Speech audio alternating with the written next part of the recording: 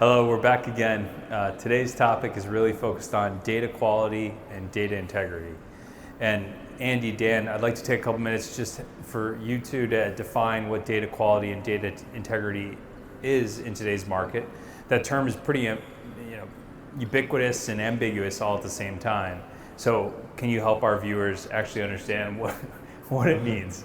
Sure. Andy, you want to take a first step, or do you want me to take a stab? You can go at it, yeah. All right. Well, I mean, data quality to me, making sure that it is accurate and correct at the source. Really, I think as we see a lot of these larger enterprise solutions, and as they become more and more connected, garbage in and garbage out. And once you get to an endpoint where folks are using to report and make decisions.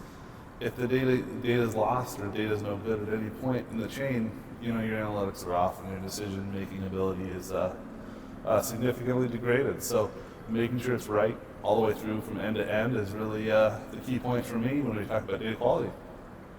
Yeah, and then also just kind of going back to the solutions that Matt brought up earlier, it's really, there's a lot of different solutions that are out there that help you kind of bring and ingest in data from various different sources.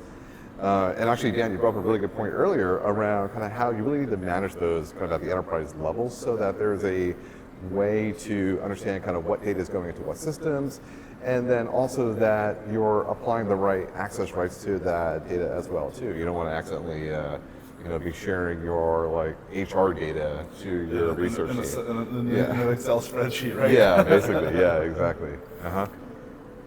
Yeah, really important. I think we're seeing less and less, but we still see a lot of organizations who take data out of the system, put it in an Excel spreadsheet, turn it a little bit sideways, and really it loses its meaning once you lose track of that lineage and can't trace it all the way back. So important to keep it true all the way through.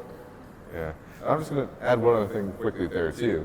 In terms of kind of scanning for that sensitive information and so forth too, there's a lot of great tools that are out there that are starting to help you identify that information. But it's also good to kind of test it on kind of a test version of your environment, so you can begin to tune it right from the get-go. Yeah, too. That's important. Getting it right the first out of the gate in a production system. Yeah. Yeah.